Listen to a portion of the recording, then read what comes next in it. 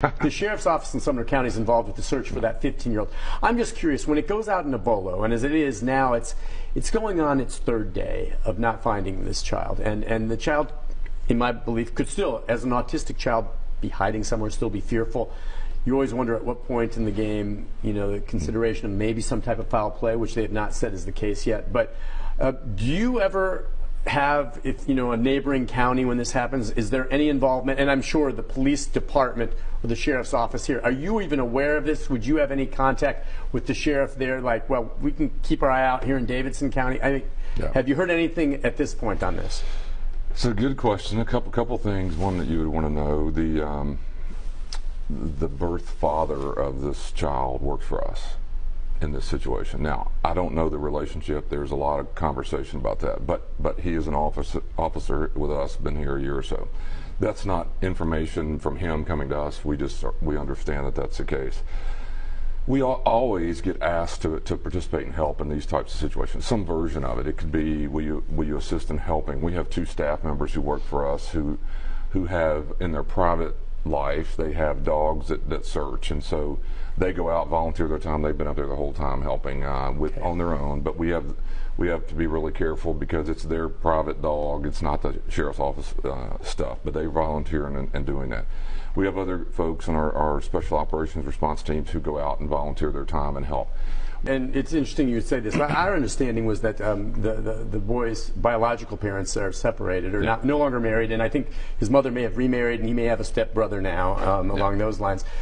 Just with regard, and that is interesting that he happens to be a deputy, or is he at this point? I can imagine. Have you talked with him? Is he off now helping over there? How is he handling this? Yeah, I haven't talked to him or about him. It came to me yesterday, the day before, I guess, that the biological father is an officer with us, but and I think he's been here about a year or so. But other than that, I don't know much of the relationship. And again, would he take time off? Would you give him time off? Sure. He and I would assume if again, this is a weird situation because it's not him saying, "Hey, I need off. My son is missing." That's not happened yet that I know of. But and we have 1,000 employees, so it's a little hard for us to even know that. We have a woman who handles our retention, basically works with people who are going through all sorts of issues, and she did put it out, I understand, yesterday to our some of our folks to let them know that he is actually the biological father. So that was all brewing yesterday. We had folks who were up there, like I said, with their dogs. We've had other folks who are kind of in crews or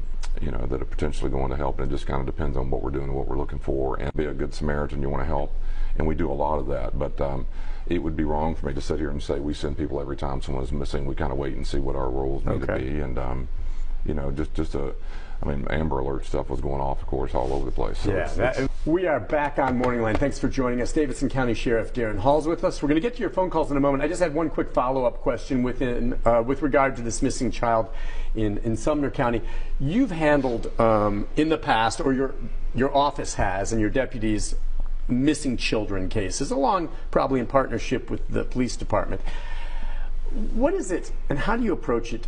With a period of time. Right now, the thinking is this child, autistic, perhaps wandered away. But as more time passes, when do you start considering the possibility of other options? Yeah, and I don't have expertise. Again, general. I know you're not involved in Sumner. Right. Yeah, I was thinking back as we were waiting to come back on, but I remember, this was a long time ago, I remember our staff going out searching for Janet March's body. And I'm just going through stories back, and of course the silver alerts. You have a lot of different times where there's people that I think personally that always worries me when you have someone who is very elderly who may not know exactly how to get back, and very unlikely that foul play is in that situation as much as it is just worry that they're lost and can't get. In the children thing, to me, 24 hours, 48 hours, 72 hours. How can this individual be alive and functioning, at some stage of just the natural needs for an individual. And so, I guess I always think of it this way. It's just extra sets of eyes, bodies walking, talking, asking in the streets. Our staff, just like everyone else, would like to volunteer and help. That's what we do. We're usually a part of a large team sweeping areas. And, but again, look how big an area, and if you don't have some idea of where you're looking, in some simple version of what you're doing, it's incredibly difficult to find. And entirely possible that the child could have wandered. But I mean, I'm just wondering, to me, and in my career following this, I just don't believe that a child completely vanishes without a trace and is never found. Okay, meaning on their own. And that's my take, is that the longer, and I'm not referring to the Sumner case, it's still early enough that I don't go there. But I'm telling you, if there's no trace of this child found in a week, or even this time next week, I will have serious questions about whether or not foul play was involved. Because even if the child is not alive, eventually maybe you find, oh my gosh, wandered into the body of water. We found his body. Oh, how tragic. And you pull him, he wandered in there. Or he fell down a ravine and killed himself. Or something like that. But short of finding anything, that's why I think someone was involved to hide a situation. Well, right. I mean, at some point, you know, I'm like you. I don't understand how someone, you know, that is not sophisticated, and I'm talking about in living, you know, in a survivalist or something like that. I mean, that's not the case. I mean, how are you going to live, and where are you going to live in today's world where, you know, I don't believe you'd have the skills to accomplish that. Therefore, something tragic or bad is going to happen, or it feels like that as the days go by. And I'm like you would think the body would be found if it was a fall or some tragic event in a reasonable area around the house. That's not hard to do. Once that is exhausted, then you have to go to, I think, the next step, which is foul play, and the body is potentially hidden or gone. And I'm just like everyone else. I mean, I can't fathom what that feels like if you genuinely don't know what happened to your child. I just can't imagine what that would feel like. On the other hand, you know, it would be very difficult for me to see a 15-year-old child be able to pull off hiding from people for an extended period of time. That's just a very unlikely situation. But, you know, I wish and hope for the best. I'm like you. I watch these stories with kind of a parental eye, and then some part of the job I'm in, and then just a citizen who you're sitting there going, man, what in the world? And when you do go to the idea of foul play, I guess, and I've talked about this in the past, say with the Joe Clyde Daniels case, which in some ways is similar. He was a much younger child, but that what you'll do when you make that transition to maybe looking into the possibility of foul play is then you vet anyone close to, from the parents to the neighbors, to a friends, to the possibility somehow, some way that there is a stranger that maybe picked him up. That's what it is. All options are on the table, correct? I would say yes. I think the other thing about that is that begins to take a long time. I mean, a lot of these cases are years. I mean, look at some of this. To solve, once it becomes a potential criminal activity, everything changes. I mean, it is trying to prove and trying to get interviews and trying to get you know, it's years and years. I mean, sometimes before all that, and that's what right now it's trying to hope that the kid is alive and can be saved. That's first.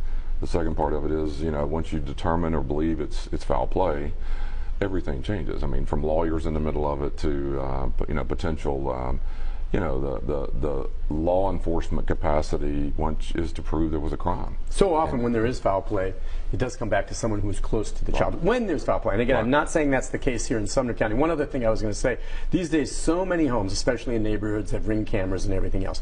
Would you imagine part of the investigation is, if the child is said to have wandered off, going and canvassing all the homes, including, I don't know about the home when he left, to see if there's any video of him walking along the road, and how well they have that covered, and whether or not they see him or not. That, and the other thing is, I don't know his capabilities with phones, but there's so much of that today in the communication systems, and is it completely shut off? Did he have one? Was he using it? When's the last time? Where? Even if it's just him looking on his phone, that's not super hard to figure out anymore. Where is that device? You know, those things matter, and you know, and I don't know the surroundings, but it amazes me that really everything in this country is being videoed somehow. There's an angle to some camera. You would think there would be cameras, maybe, if he wandered down a road or something. That would be part of it, wouldn't it? Right. You'd go check to see if there's video? Sure. I mean, and even if the police aren't doing that, the neighbors are worried. You know, they're trying to help. If I lived next door and I had a Ring camera and I heard this, I would go to my camera and say, well, last night, do I see anything? That's right. And then you would expect, you know, like I said, not even from a criminal investigation, just the kind of the Samaritan and the families around the community are wanting to say, hey, I found this on my video, or even if they didn't tape it, you know, I saw him walking, or you just think you would feel and hear some of that. So far, nothing. Hopefully, yeah. And that's what we'll see how it plays out. And I hope some prayers that this child